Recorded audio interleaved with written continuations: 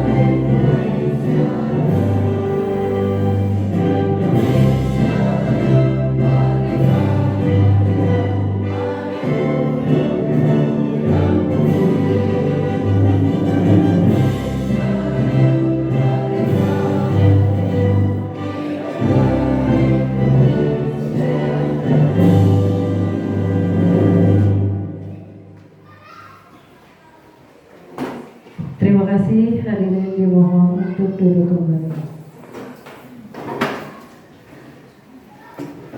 Selanjutnya yaitu sambutan dari Kepala Sekolah SDN Petir 3 kepada Bapak Romli SPD, dipersilahkan.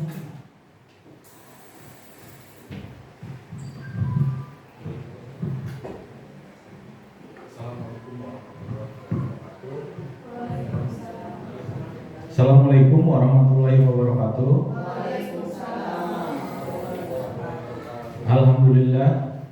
Alhamdulillahirabbil alamin wa bihi nasta'in wa la umuri dunya wadin. Shalatu wassalamu ala asrofil anbiya'i wal mursalin. Rabbi shrahli sadri wa yassir li amri wahlul 'uqdatam min lisani yafqahu qawli. Kita panjatkan puji syukur kehadirat Allah Subhanahu wa taala yang mana pada kesempatan siang hari ini kita masih dapat berkumpul bersilaturahmi dalam acara kegiatan yaitu pengimbasan disiplin positif, pengimbasan budaya disiplin positif.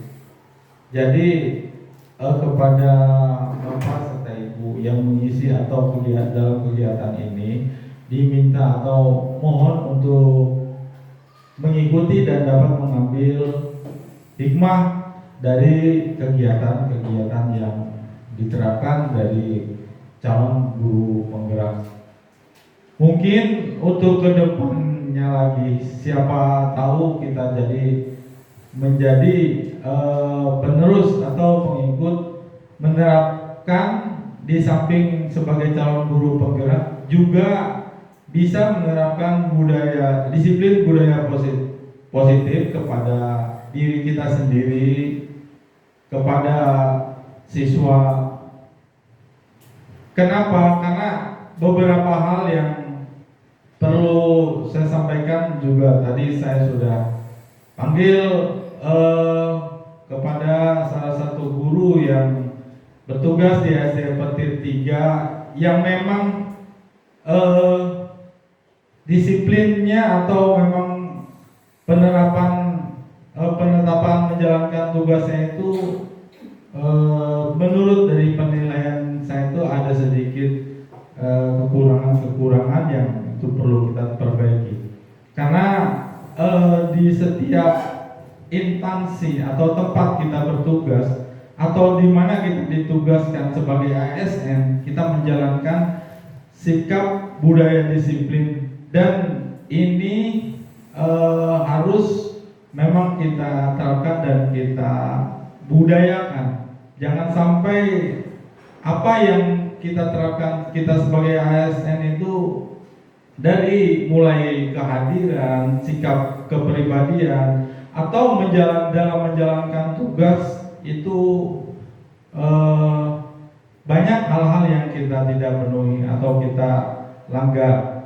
Dari kegiatan ini barangkali memotivasi atau kita bercermin sampai sejauh mana hal yang kita sudah jalani atau sejauh mana tanggung jawab kita sebagai ASN dalam menjalankan atau dalam mengabdi kepada bangsa dan negara.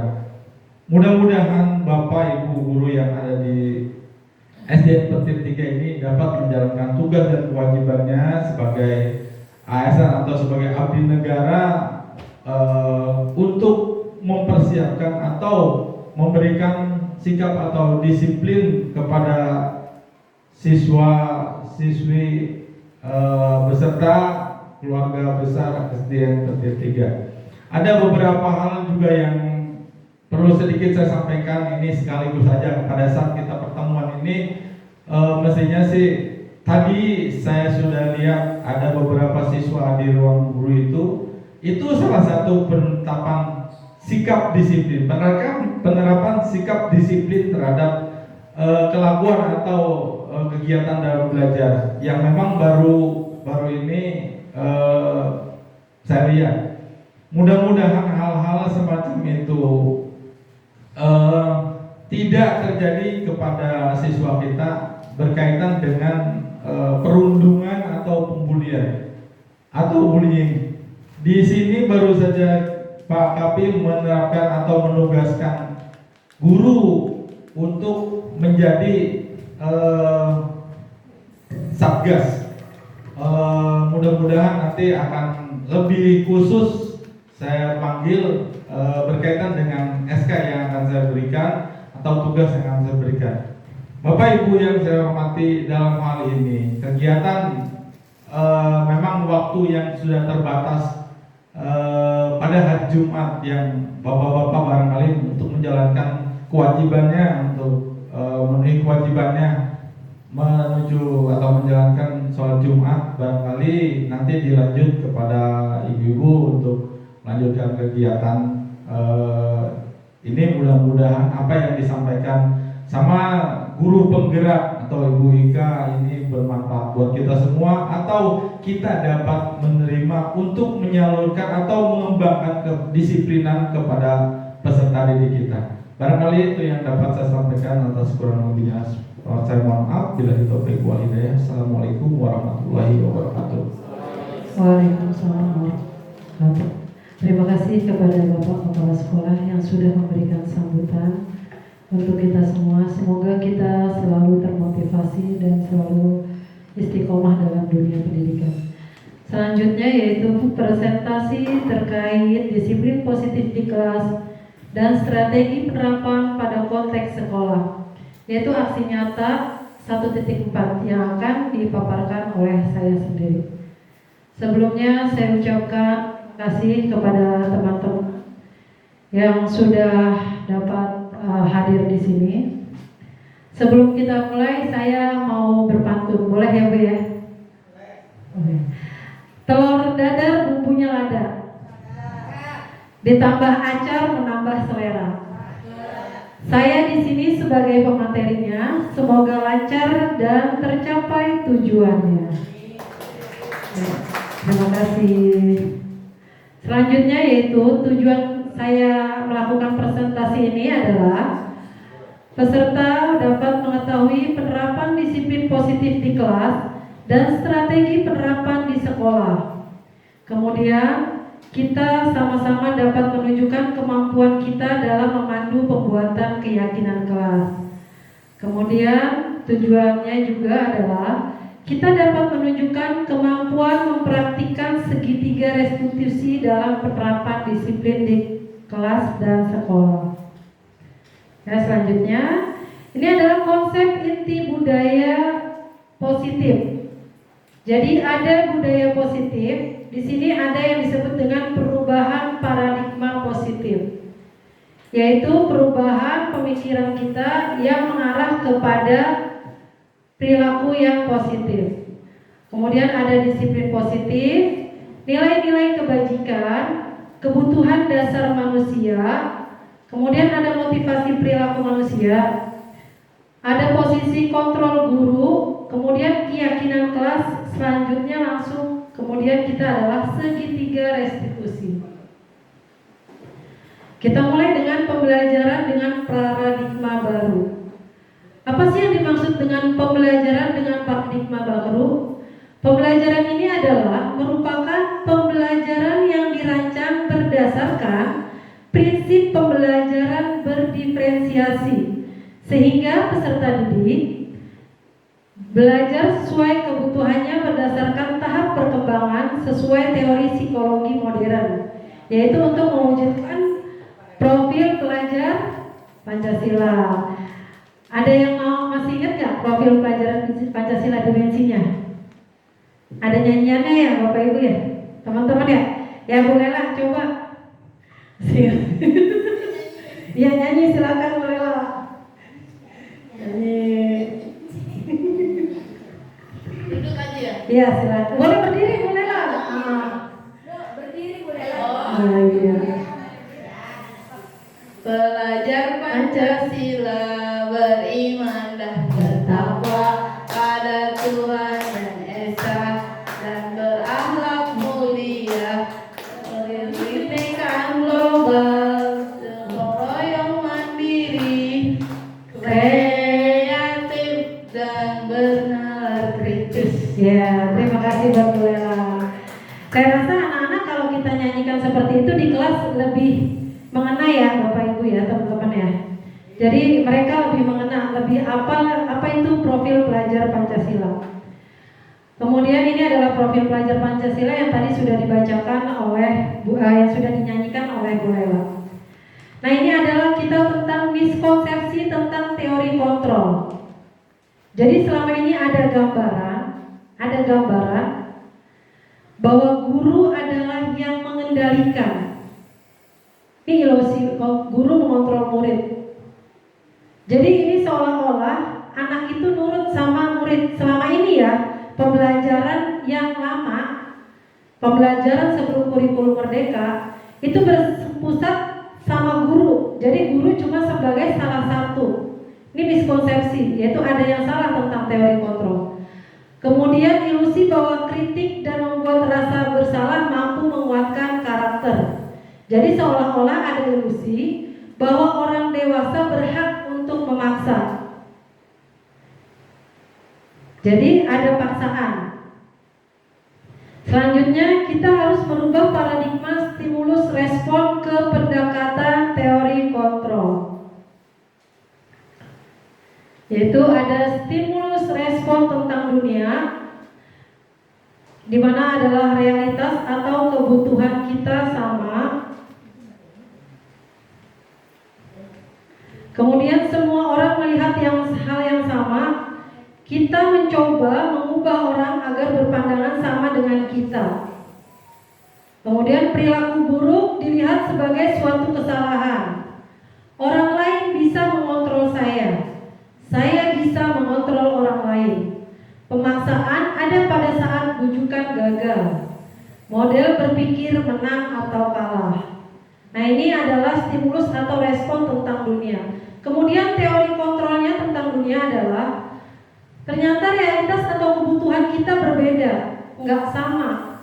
Setiap orang memiliki gambaran berbeda, tidak sama. Kita berusaha memahami pandangan orang lain tentang dunia. Kan kalau tadi berpikir kita bahwa orang-orang semuanya sama dengan pemikiran kita. Kemudian semua perilaku memiliki tujuan. Hanya kita atau diri kita sendiri yang bisa mengontrol diri kita. Kita tidak bisa mengontrol orang lain. Kolaborasi dan konsensus menciptakan pilihan-pilihan baru. Model berpikirnya adalah menang, menang, menang, menang. Jadi tidak ada kita kalah atau menang. Jadi apapun yang terjadi adalah kita mencari yang terbaik. Kemudian karena udah agak-agak ini ya, ice breaking yang akan dipimpin oleh siapa yang mau? Silakan Bapak Ibu. Oh iya, Bu Haji Titin, kepada Bu Haji Titin dipersilahkan.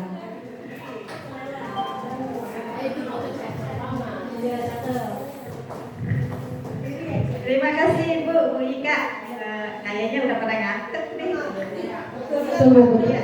Udah pada ngantuk, padahal materinya belum banyak ya. Cuma ngantuknya udah banyak. Oke, siap Ibu. Siap. Kasih tepuk dulu. Tepuk satu tahu? Ya, yes. Oh ada yesnya. Tepuk satu. Tepuk dua. Tepuk tiga.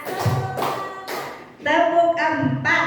Oh, nanti udah pinter. Tepuk lima. Oke, berarti Bu Guru sudah pinter dan kreatif. Diulang ya, karena tadi suaranya baru satu. Ibunya kan banyak ya, suaranya baru satu. Oke, siap. Tepuk satu. Tepuk dua. Oke. Tepuk tiga. Semangat. Tepuk empat. Konsentrasi. Tepuk lima. Siap belajar. Kalau siap belajar, biasanya tangannya dilipat di atas meja. Oke, itu satu bisa dipakai, diaplikasikan pada saat kita belajar ke anak-anak. Saya yakin ibu-ibu semua sudah pintar ya, cuma sekarang pura-pura lupa. Ya, pura-pura lupa. Oke, satu lagi, saya kasih tepuk konsentrasi. Tepuk konsentrasi. Melihat, mendengar, mengingat, fokus. Nah, jadi kalau fokus, anak-anak perhatikan yang ada di depan. Siapapun yang ada di depan diperhatikan, jangan perhatiin temennya yang di samping yang suka colek-colek, ya. Iya. Jadi kalau sudah fokus, fokusnya kemana? Ke depan. Jadi matanya fokusnya ke depan. Kalau sudah fokus, melihat, mendengar, mengingat. Jangan cuma didengar tapi tidak diingat. Ketika ditanya, lupa lagi, gitu ya. Itu nanti anak-anak belajar mengingat. Oke, sekarang bisa berdiri Ibu? Jangan ngantuk ya. Oke. Biar nggak ngantuk ya. Ya nanti kalau udah berdiri supaya ototnya juga renggang-renggang sedikit. Ya. Siap ya? Kita bukan tepuk bermain palu. Pernah lihat nggak game yang suka diketok-ketok gitu? Pernah ya? Ada satu palu, tambah satu palu menjadi. Oke, sekarang tangannya dua-duanya. Ada dua palu, tambah satu palu menjadi. Oke, ada tiga palu, tambah satu palu menjadi. Lanjut, ada empat palu, kurang satu palu menjadi. Lanjut, ada tiga palu, kurang satu palu menjadi. Ada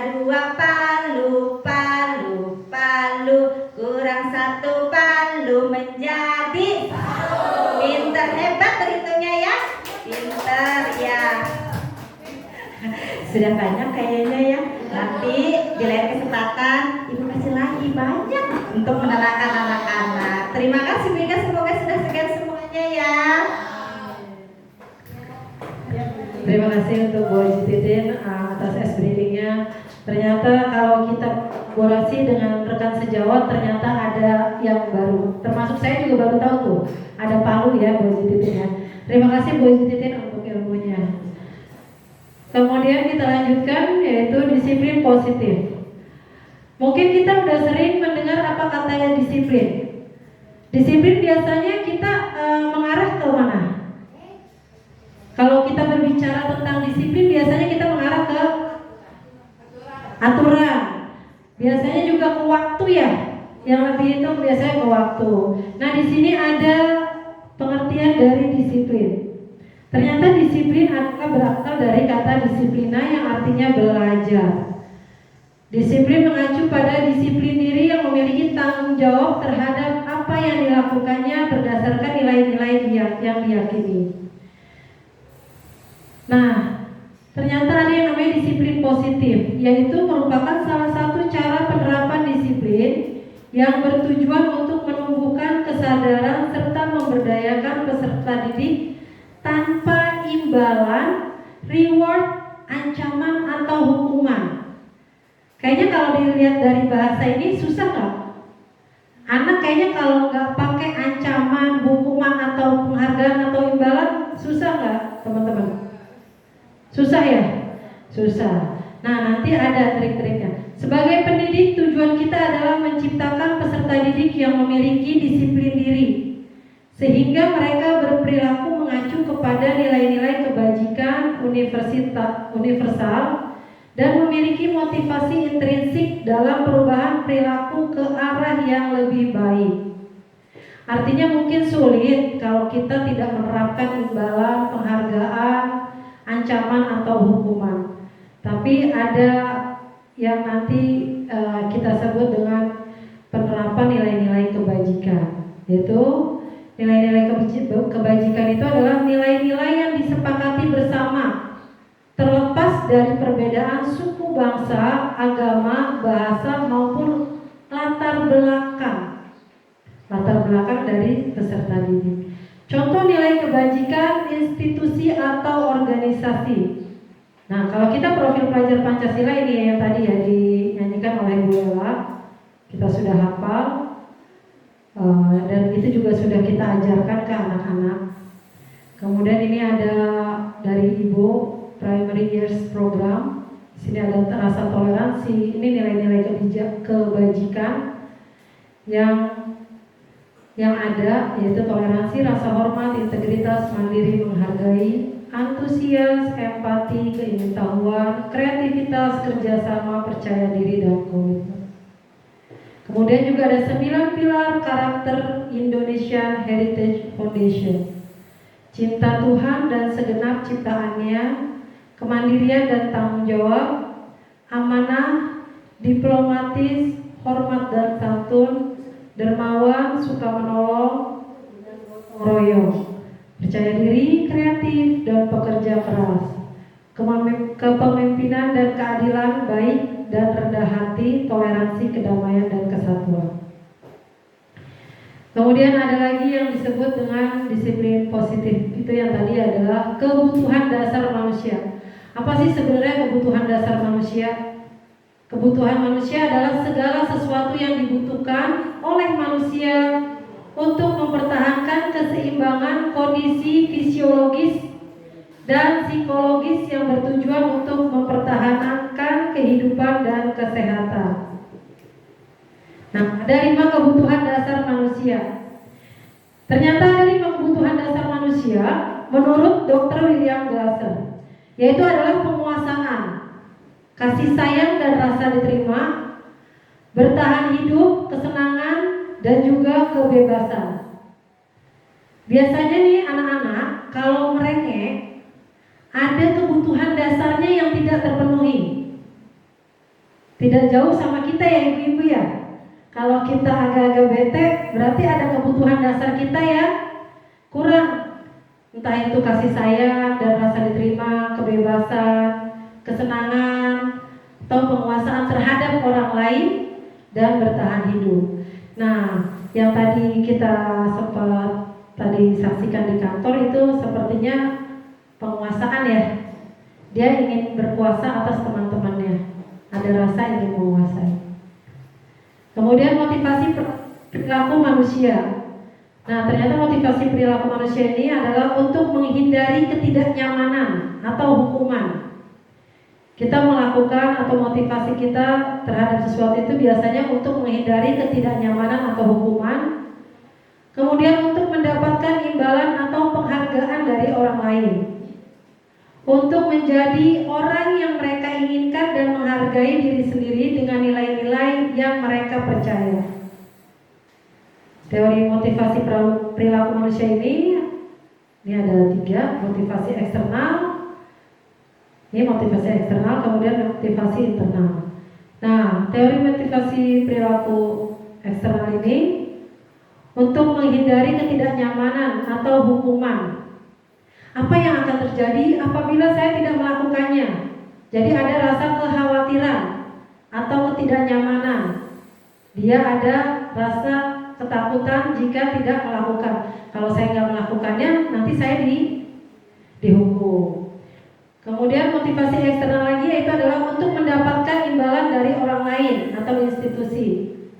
Apa yang akan saya dapatkan apabila saya melakukannya?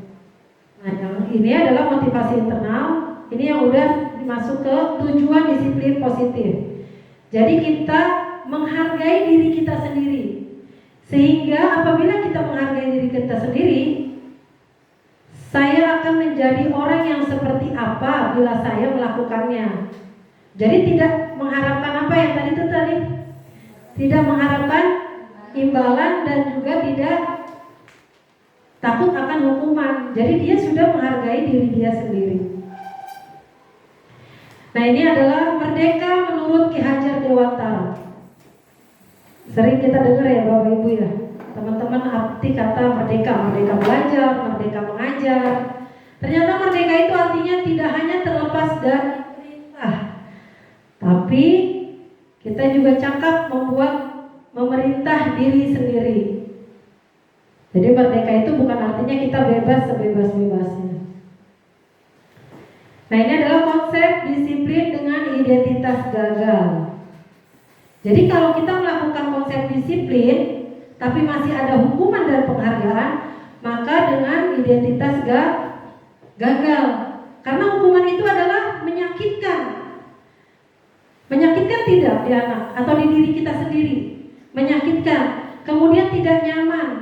Murid takut, memaksa. Murid menyembunyikan kesalahan. Murid menjadi rendah diri. Kemudian kalau dilakukan penghargaan menjadi tidak efektif, merusak hubungan atau sifat iri. Misalnya kita kasih sama yang pintar nih, penghargaan dengan berupa misalnya uang atau berbentuk materi. Biasanya temennya iri, jadi merusak hubungan, sifat iri. Kemudian mematikan kreativitas. Kita ada sistem ranking nggak Bu sekarang? Sudah tidak ada ya Bu? Sudah tidak ada sistem ranking. Nah, karena menghukum dengan sistem ranking ternyata dengan adanya penghargaan, ranking itu ternyata menghukum, merampas hak menghargai dirinya. Tapi biasanya kita punya masing guru punya rekapan siapa siswa yang baik ya, benar Bu nanti yang baik.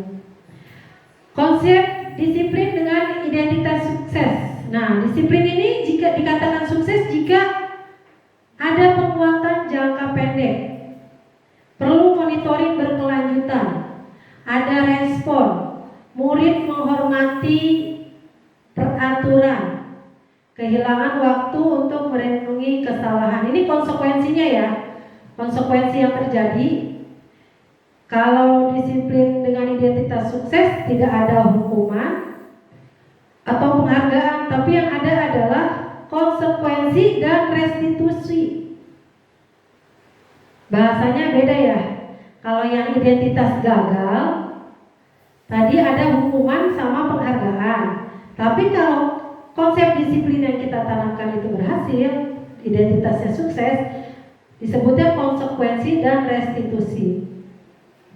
Kalau restitusi itu adalah murid bertanggung jawab untuk perilakunya. Jadi bertanggung jawab akan perilakunya.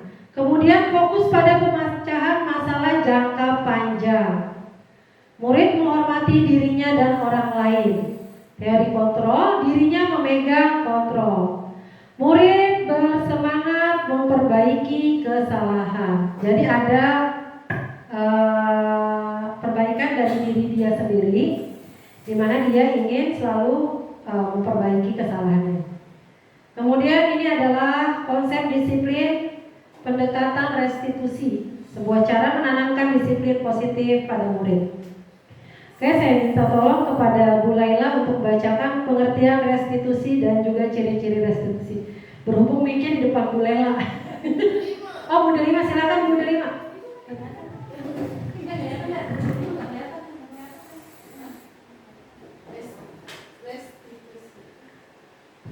Pengertian restitusi, proses menciptakan kondisi bagi murid untuk memperbaiki kesalahan mereka sehingga mereka bisa kembali pada kelompok mereka dengan karakter yang lebih kuat. Ciri-cirinya bukan untuk menebus kesalahan, namun untuk belajar dari kesalahan, memperbaiki hubungan, tawaran bukan paksaan. Restitusi menuntun untuk melihat ke dalam diri. Restitusi mencari kebutuhan dasar yang mendasari tindakan. Restitusi diri adalah cara yang paling baik. Restitusi fokus pada karakter bukan tindakan. Restitusi fokus pada solusi. Restitusi mengembalikan murid yang berbuat salah pada kelompoknya. Terima kasih untuk Bu Lela. Jadi dari sini kita sudah dapat memahami tentang pengertian restitusi dan juga ciri-ciri restitusi. Selanjutnya adalah ini ada satu kasus. Ada siswa sering tidak mengerjakan PR. Biasanya ada ya di tiap kelas ya. Semuanya hampir rata-rata pernah mengalami. Nah, kalau hukuman itu biasanya guru menghukum siswa tersebut hormat bendera selama 10 menit. Guru marah dan murid takut. Konsekuensinya, guru memberikan konsekuensi untuk mengerjakan PR-nya saat istirahat atau dikerjakan sebanyak 3 kali lipat. Guru tegas dan siswa menghormati peraturan. Jika dilakukan dengan restitusi, guru menanyakan keyakinan kelas atau dirinya dan membantu siswa menyelesaikan masalahnya. Guru terbuka dan siswa menghormati dirinya dan orang lain. Jadi ini ada satu kasus di mana siswa sering tidak mengerjakan PR. Nah, dari cara penanganannya berbeda ya Bapak Ibu ya. Di mana kalau guru memberikan hukuman, kemudian konsekuensi dan juga dengan cara restitusi. Ini adalah 5 posisi kontrol restitusi. Jadi kontrol diri kita nih guru sebagai guru itu adalah yang pertama adalah penghukum. Kemudian membuat rasa bersalah, teman, pemantau, kemudian manajer. Jadi semuanya ini kita lakukan tergantung kadang-kadang keadaan. Tapi yang manakah yang baik? Mungkin adalah kalau menurut saya pribadi tergantung dari situasi kita di lapangan dan kondisi dari siswa anak tersebut.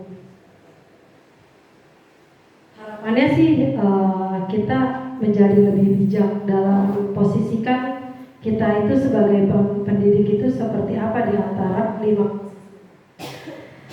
Yang sebagai penghukum, contoh ya, penerapan 5 posisi kontrol. Siswa tidak mengenakan atribut lengkap pada saat upacara bendera. Kita ambil studi kasus lagi.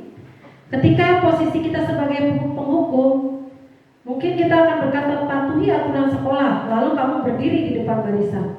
Tapi kalau sebagai pemantau posisi kita, kamu sudah melanggar, apa peraturan dan konsekuensinya? Beda kalimat ya. Kemudian kalau posisi kita sebagai teman, ayo dong yang tertib, buat Bu Guru bangga.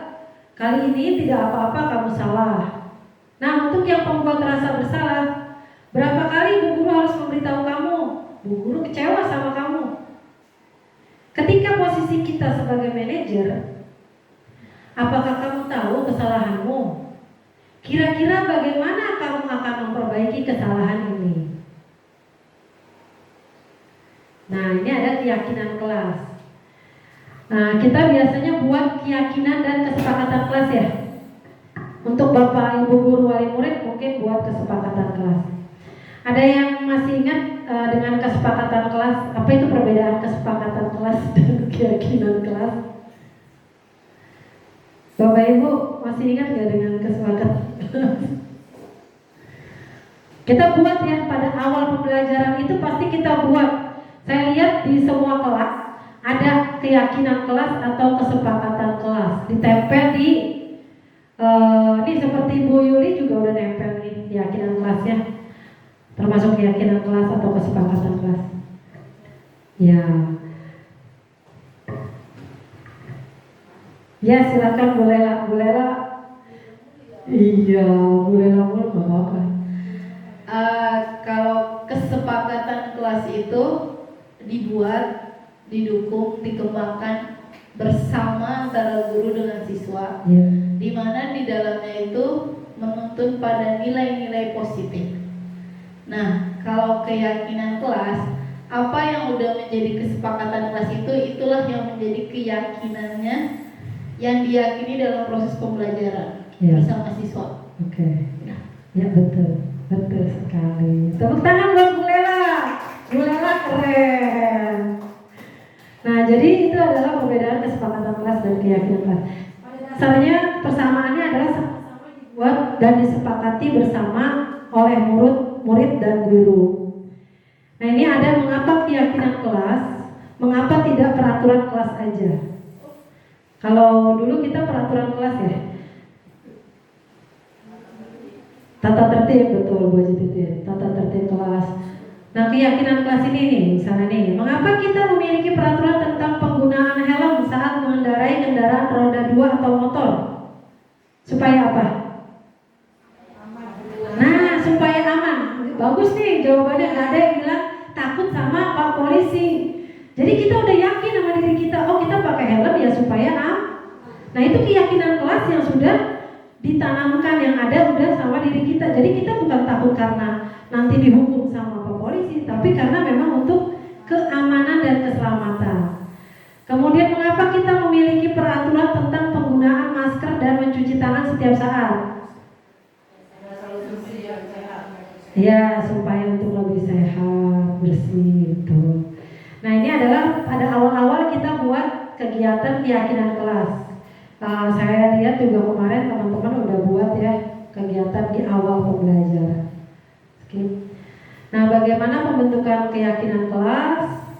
Yang pertama yaitu lebih abstrak daripada peraturan. Jadi kita biarkan saja anak memilih apa semua yang ini, kemudian sedikit saja setelah itu disortir berupa pernyataan universal dapat diterapkan di kelas. Jangan kita buat keyakinan tapi tidak bisa diterapkan di kelas. Atau keyakinan kelas itu untuk di luar lingkup yang bukan di kelas, misalnya untuk di rumah. Kemudian bersedia meninjau kembali keyakinan kelas dari waktu ke waktu. Jadi kita melakukan evaluasi atau refleksi. Kalau misalnya di perjalanan di pertengahan kita membuat keyakinan kelas ada yang perlu dirubah, maka kita boleh rubah. Dibuat dalam bentuk positif. Semua warga kelas hendaknya ikut berkontribusi dalam pembuatan keyakinan kelas. Bukan hanya ketua kelas atau malah hanya gurunya saja. Muridnya hanya tinggal yang sudah di print. Misalnya kita langsung tempel. Ini keyakinan kelas kita ya, tapi libatkan anak-anak. Jadi itu keyakinan kelas. Nah, ini ada yang namanya segitiga restitusi. Dari tadi ngomongin restitusi ya. Apa sih restitusi? Nah, ini segitiga restitusi. Nah, segitiga restitusi ini adalah yang pertama yaitu menstabilkan identitas. Semua akan melakukan hal terbaik yang bisa kita lakukan. Nah, ini adalah menstabilkan identitas. Adanya di sini nih. Setiap orang pasti melakukan kesalahan. Kamu bukan satu-satunya yang pernah melakukan. Kemudian kita memvalidasi tindakan yang salah. ada di sini. Kamu tentu punya alasan mengapa melakukan itu. Adakah cara yang lebih efektif untuk mendapatkan apa yang kamu butuhkan? Kemudian ada menanyakan keyakinan di sini. Keyakinan kelas apa yang telah kita sepakati? Kemudian kamu ingin menjadi orang yang seperti apa? Nah ini ada, nggak bisa di play. Ini kemarin ada saya buat sudah saya masukkan ke YouTube, yaitu kasusnya adalah murid yang terlambat ke kelas, kemudian dilakukan dengan segitiga restitusi di sini, tapi tidak izin ya. Mau dilihat videonya apa skip aja nih? Assalamualaikum, siang Bu. Waalaikumsalam, siang Raya, silakan duduk nak. Apa kabarmu hari ini Ryan? Alhamdulillah baik Bu. Alhamdulillah. Ryan tahu tidak kenapa ibu panggil ke ruangan ini? Tahu Kenapa? karena saya terlambat. Ya, ibu melihat akhir-akhir ini Ryan sering datang terlambat dan juga tidak mengerjakan PR. Ryan semalam tidur jam berapa?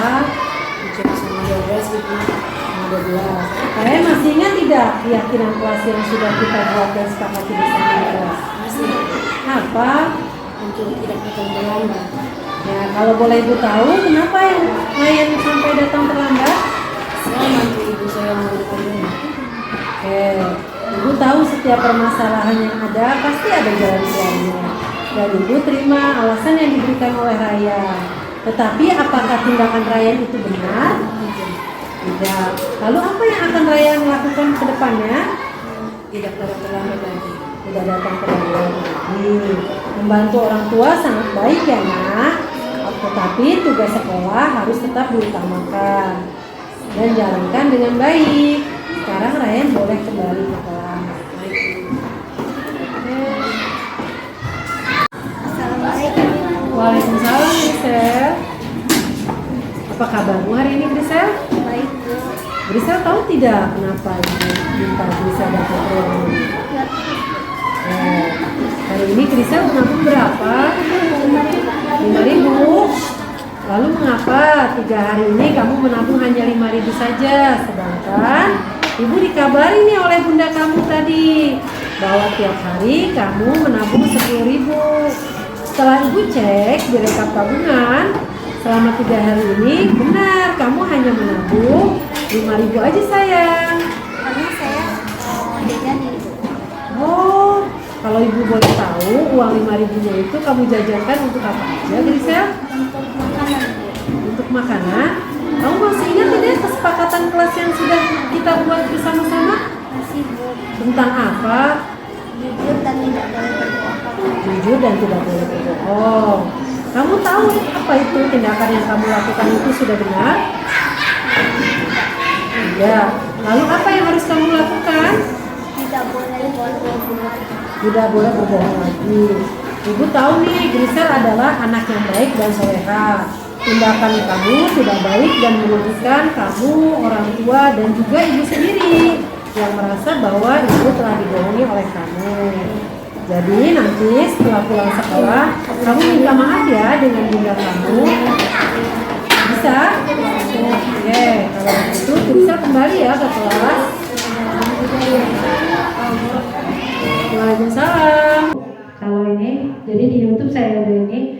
Jadi dia anak dan murid ketika teman-temannya berdoa, dia datang terlambat. Kemudian setelah jam istirahat, jadi melakukannya itu bukan di depan teman-temannya. Jadi kita panggil harusnya di ruangan ya, di ruangan khusus. Mungkin kalau kita bersyukur ya punya ruang inklusi atau ruang AKM. Jadi kalau ada kejadian kita baiknya menggunakan ruang itu karena ruang itu kalau menurut saya cukup efektif. Bisa kita panggil anaknya di situ. Kemudian kita tanyakan mengapa dia terlambat datang. Dan ternyata ketika ditanya, alasannya itu adalah dia membantu orang tuanya bekerja sampai jam 11:30 malam. Jadi orang tuanya itu jualan kayak semacam martabak. Jadi jualan martabak manis dan adiknya tidak ada yang menjaga. Jadi dia bantu orang tuanya. Jadi kita dengarkan dulu alasan dia kenapa sering terlambat. Kemudian apa yang latar belakangnya, baru kita kembali apakah dia keyakinan kelas kita atau kesepakatan kelas yang kita buat datang terlambat itu ada atau tidak, atau ketika kita masuk harus disiplin atau tidak. Jadi kita ingatkan kembali. Kemudian setelah kita dengarkan, kita berikan bagaimana solusi dia atau caranya dia anak itu supaya tidak terlambat lagi. Jadi dibiarkan dia menjawab atau mencari solusi atas kesalahan yang sudah dilakukan. Kalau sebagai posisi manajer, kita hanya mengarahkan atau menuntun sebaiknya apa yang anak itu. Setelah kita melakukan atau bertanya juga latar belakangnya. Oke, itu adalah pemaparan materi saya. Kemudian kita terakhir adalah kegiatan selanjutnya adalah review singkat keyakinan kelas dan segitiga restitusi yang sudah kita dengarkan bersama-sama. Keyakinan kelas dan peraturan kelas adalah hal yang sama, betul atau salah? Keyakinan kelas dan peraturan kelas adalah hal yang sama. Bapak betul atau salah? Keyakinan kelas dan peraturan kelas adalah hal yang sama. Beda tipis. Kita lihat ya, kalian. Ya, salah.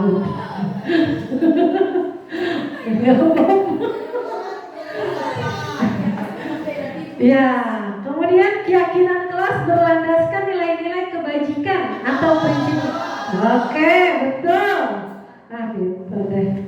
Kemudian apa nilai kebajikan atau keyakinan yang ingin diangkat dari peraturan berikut? Menggunakan helm saat mengendarai motor, apa tadi? Aman. Ada lagi? Selain aman? Menghindari kecelakaan. Tahu peraturan nanti kita lihat. Membuang sampah pada tempatnya. Nah, kebersihan atau Bu Hamidah, kerapihan. Dilarang menggunakan kata-kata kasar. Sopan santun. Kita lihat nilai kebajikannya. Ya betul ya, untuk menggunakan helm saat mengendarai motor adalah keselamatan. Membuang sampah pada tempatnya, menjaga kebersihan. Dilarang menggunakan kata-kata kasar, yaitu selalu bersikap positif atau hormat. Kemudian ini adalah urutan langkah-langkah utama dalam menetapkan keyakinan kelas serta pendalamannya. Ini nomor 1, 2, 3, 4, 5, 6. Ini belum tersusun. Ada yang mau menyusunnya? Kira-kira nomor 1 yang mana ya? Sebelum kita menetapkan keyakinan kelas. Yang pertama. Kenapa Wiri? Menyarikan peraturan menjadi nilai-nilai kebajikan kelas. Kalau Bu Hamidah? Bu Habib berdiskusi dulu, kita lihat. Nah, kita berdiskusi dulu, memunculkan peraturan-peraturan yang perlu ditaati warga kelas. Kemudian yang kedua, mengubah peraturan menjadi kalimat yang positif. Kalimatnya harus positif. Nggak boleh pakai kata ada, apa deh? Ya, betul Wajib Titin. Kita dilarang menggunakan kata jangan. Jadi harus kalimat positif. Yang ketiga, menyarikan peraturan-peraturan menjadi nilai-nilai kebajikan atau keyakinan kelas.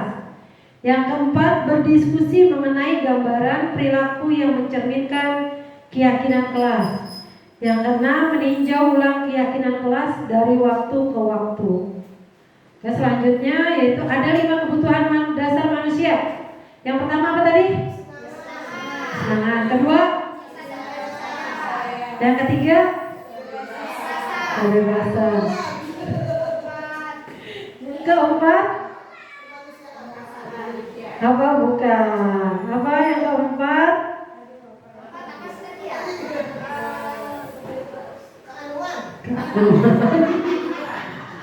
Kesenangan, cinta dan kasih sayang. Apa? Yang 5 bertahan hidup. Yang 4 penguasaan. Betul. Wajib titik masih konsentrasi. Betul, wajib titik. Enak ya wajib titik ya. Kalau bisa nonton itu tersendiri. Oke, yang 5 bertahan. Nah, pengertiannya kesenangan. Jadi kesenangan itu adalah kebutuhan untuk merasa senang. Cinta dan kasih sayang tentunya bukan dalam asmara ya, dalam romantisme, tapi kebutuhan untuk diterima, memberi dan menerima kasih sayang. Kalau kita nih, mungkin kita berkoneksi antar rekan sejawat di dalam sekolah. Kemudian kebebasan, kebutuhan akan pilihan, kemandirian, otonomi. Kemudian yang keempat yaitu penguasaan. Butuh diakui atas kemampuan atau prestasi yang kita miliki. Sama anak juga butuh pengakuan atas kemampuan atau prestasi yang dia miliki. Tapi kalau ini jadi kesannya penguasaan di sini adalah kebutuhan pengakuan atas kemampuan prestasi yang dimiliki. Jadi ada butuh pengakuan. Kemudian bertahan hidup, yaitu kebutuhan fisiologis, rasa lapar, haus, serta psikologis, rasa aman. Nah, kemudian ada 3 tahapan dalam melakukan restitusi. Yang pertama apa tadi? Menstabilkan identitas, betul. Terus kemudian apa Bu Hamidah? Yang kedua Bu Hamidah. Ya, validasi tindakan yang salah. Kemudian yang ketiga adalah menanyakan keyakinan. Nah, ini adalah segitiga restitusi yang tadi sudah kita bahas. Tahapan dalam menstabilkan identitas sekilas itu bertujuan untuk mengubah identitas anak yang gagal karena melakukan kesalahan menjadi orang yang sukses, dari merasa sedih dan emosional hingga mampu menggunakan fungsi rasionalnya. Jadi anak dari rasa sedih, jadi pertama pasti sedih ya anak-anak ya kalau melakukan kesalahan, entah itu dari raut wajah, raut mimik wajahnya, atau ada yang biasa aja Bu Abi. Biasanya kalau yang biasa aja sudah biasa. Ya. Jadi sebagai guru kita responnya gimana contohnya? Kalau anak udah nangis kan kita kasihan ya Bu Abi ya. Kalau udah nangis nih biasanya kita mengatakan berbuat salah tidak apa-apa. Ibu juga pernah membuat kesalahan, tetapi saya ingin mencari solusi, bukan siapa yang salah. Jadi ketika anak melakukan kesalahan, kita carikan solusi. Ini adalah contoh respon. Kemudian validasi tindakan yang salah. Proses untuk memahami kebutuhan apa yang sedang berusaha dipenuhi oleh murid. Kemudian bukan berarti menguatkan tindakan salah itu pantas dilakukan. Namun di sini lebih menguatkan pemahaman kita akan alasan dari murid melakukan tindakan tersebut. Kayak tadi yang saya bilang, saya bertanya ke murid saya kenapa dia selalu datang terlambat. Saya bilang kamu pasti punya alasan melakukan hal itu. Jadi kita bilang kalau dia pasti punya alasan dan kita mau mendengarkan apa alasannya itu. Tentunya tidak membenarkan jika terjadi kesalahan, kita tidak boleh membenarkan atau kita hanya menguatkan pemahaman kenapa alasan anak itu melakukan kesalahan. Kemudian menanyakan keyakinan, proses di mana murid menghubungkan dirinya dengan nilai-nilai yang dipercaya. Nilai apa yang kalian percaya? Apa keyakinan kelas kita? Jadi kita tanyakan lagi. Kamu tadi datang terlambat. Menurut kamu di keyakinan kelas kita itu ada tidak? Dijawab ada. Disiplin, tidak boleh datang terlambat. Apa keyakinan kelas kita? Disiplin Bu. Nah baru kita giring. Lalu apa yang akan kamu lakukan? Anak diminta untuk mencari solusinya. Tentunya kita melakukan penguatan. Ini adalah umpan balik. Saya minta buat teman-teman, saya minta umpan baliknya bahwa pada hari ini apa yang sudah kita lalui kurang lebih 1 jam ya dari awal sampai akhir tentang budaya positif ini, saya minta 1, 2, 3, 4, 5, 6 orang untuk memberikan umpan balik. Silakan.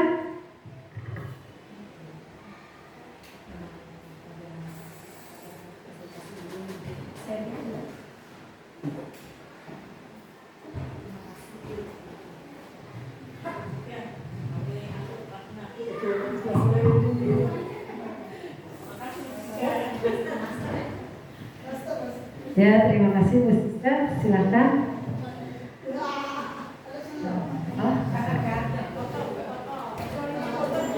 Assalamualaikum warahmatullahi wabarakatuh. Alhamdulillah ya, masih semangat ya. Iya, walaupun ngip-ngip matanya. Saya kali ya. Nah, alhamdulillah dengan mengikuti. Oh iya. Umpan baliknya dan pengimbasan pemahaman dan penerapan pengalaman budaya positif memberikan manfaat sangat banyak ya, khususnya untuk saya dan teman-teman yang ada di sini tentunya.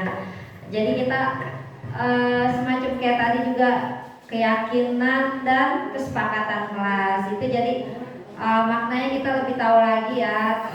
Yang kemarin ada yang berbeda pandangan, alhamdulillah sekarang sudah mulai hampir sama pandangannya gitu ya. Terus yang lain juga tentang segitiga restitusi tadi juga ya, baru tahu juga saya, alhamdulillah. Jadi untuk hari ini banyak sekali manfaatnya dan pengalaman saya dan ilmu saya semakin bertambah lagi. Mudah-mudahan baik saya dan teman-teman yang ada di sini semakin menjadi guru yang lebih profesional dan didambakan kehadirannya oleh anak murid kita. Terima kasih.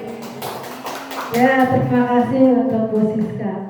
Ada teman-teman yang lain yang ingin memberikan review ataupun senyum. Assalamualaikum warahmatullahi wabarakatuh. Waalaikumsalam warahmatullahi wabarakatuh. Udah mulai lapar ya ibu-ibu.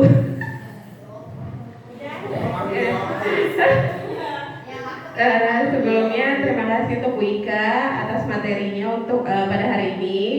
Materi pengimbasan pemahaman dan penerapan pengalaman budaya positif. Dari yang tadi kita lihat dari awal sampai akhir itu, kebetulan ini sangat bermanfaat untuk kita sebagai guru, apalagi ketika kita menghadapi murid kita yang udah agak-agak besar. Ada yang suka main ejek-ejekan, bully-bulian ya, apalagi sekarang ya lagi ngetren yang anak-anak suka ngebully. Ini bagaimana kita menghadapi anak-anak yang seperti ini. Alhamdulillah sekarang banyak banget yang udah kita terima ilmunya. Semoga nanti saya dan rekan-rekan yang lain pun bisa menerapkannya di kelas masing-masing. Terima kasih Bu Ika. Terima kasih untuk Bu Ali. Ada lagi teman-teman yang ingin menambahkan? Oke, kata Bu Anggi sudah lapar. Oke, terima kasih untuk umpan balik dari teman-teman. Saya sampaikan terima kasih atas perhatian dan kehadirannya. Semoga senantiasa kita semangat dalam mengupgrade diri untuk menjadi pembelajar dan pembelajar sepanjang hayat. Ke Tanah Abang membeli peci, makan bubur pakai seledri. Semoga yang datang di kegiatan desiminasi ini panjang umur dan murah rezeki. Oke, terima kasih kepada Bapak Ibu guru SDM Petir 3 yang sudah mau mendengarkan materi dan juga mau berbagi pada hari ini. Atas perhatiannya sekali lagi saya ucapkan terima kasih. Terakhir adalah kita tutup desiminasi hari ini dengan membaca membaca hamdalah. Alhamdulillahirrahmanirrahim. Terima kasih Bapak Ibu. Untuk acara ramah tamahnya dipersilakan di ruang guru. Terima kasih.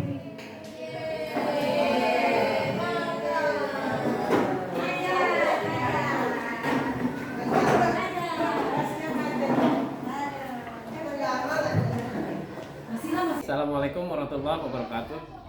Saya Muhammadina MPD, pengawas Kota Tangerang, Korwil Kecamatan Cipondo, wilayah gugus 3.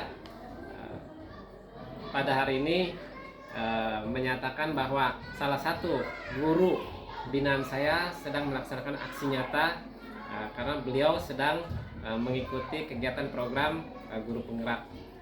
Kegiatan tersebut dilaksanakan di SDN Petir 3 dengan judul Budaya Positif di Lingkungan Sekolah.